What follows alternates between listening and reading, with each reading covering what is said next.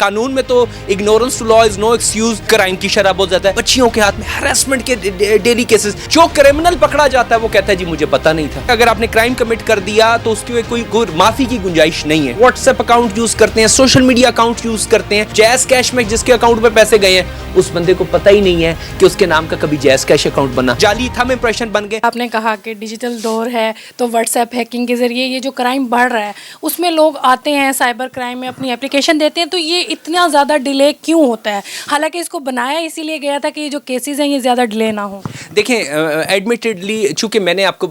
بہتر جانتی ہیں کہ میری سٹارٹ سے پریکٹس سائبر کرائم کے کیسز کی ہے، تو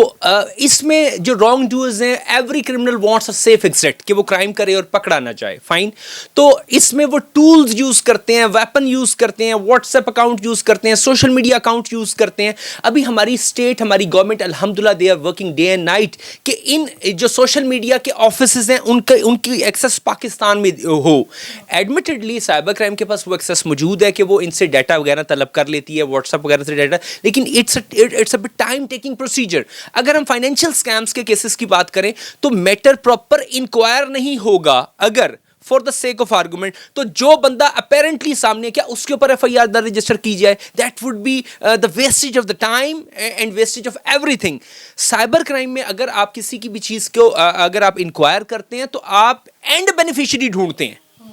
کہاں سے کرائم اوریجنیٹ ہو رہا ہے، کون سا بندہ اس کو کرائم کو کر رہا ہے، یہ کرائم کیا، تو it's a very technical math, definitely it's a time taking procedure. اس میں بینک ریکارڈ طلب کرنا، جیز کیش ریکارڈ طلب کرنا، اب پتہ چلتا ہے کہ جو جیز کیش میں جس کے اکاؤنٹ میں پیسے گئے ہیں اس بندے کو پتہ ہی نہیں ہے کہ اس کے نام کا کبھی جیز کیش اکاؤنٹ بنا۔ اب پتہ چلتا ہے کہ جب اس کو مزید انکوائر کرتے ہیں تو پتہ چلتا ہے کہ آپ نے تو یہاں پہ انگوٹھا لگایا تھا، وہ کہتا ہے بھائی جان میں نے تو انگوٹھا وہاں جا کے لگایا ہی نہیں ہے، for the sake of argument. تو پھر پتہ چلتا ہے جی نادرا کا سو اینڈ سو اہلکار ملوث ہے، پتہ چلتا ہے جی فلاں اینڈ فلاں جو فرنچائز ہے اس کا کوئی جو امپلائی ہے وہ اس میں ملوث ہے، کوئی جعلی تھم امپریشن بن گئے۔ تو it's a very technical math, ٹھیک ہے، اس and definitely it's a time taking procedure. Departments کو ریکویسٹ کرنا، ان سے ڈیٹا آنا، اس کو اینالائز کرنا، پھر ان بندوں کا ان کو بطور ملزم ٹریٹ کرنا یا ان کو بطور گواہ ٹریٹ کرنا ہے، اس کو اینالائز کرنا، تو میں سمجھتا ہوں کہ it's a time taking procedure definitely. پھر پریشر آف ورک بہت زیادہ ہے، ریسورسز نہیں ہے، فائن، ریسورسز کی کمی ہے، ٹھیک ہے، تو کرائم کی شرح بہت زیادہ ہے۔ دیکھیں ہر بندے کے ہاتھ میں سوشل میڈیا گیجٹس موجود ہیں، واٹس ایپ، فیس بک، اسنیپ چیٹ، انسٹا، بچیوں کے ہاتھ میں ہراسمنٹ کے ڈیلی کیسز۔ میں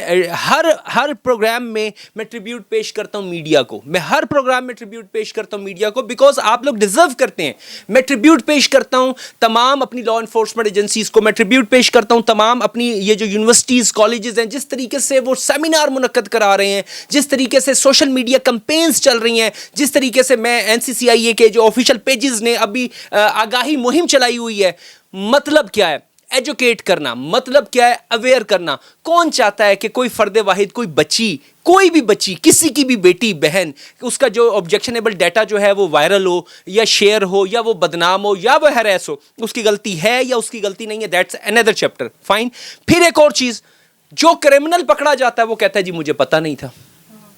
اب ignorance to law is no excuse. ہو سکتا ہے آپ کے اس پروگرام کے ذریعے،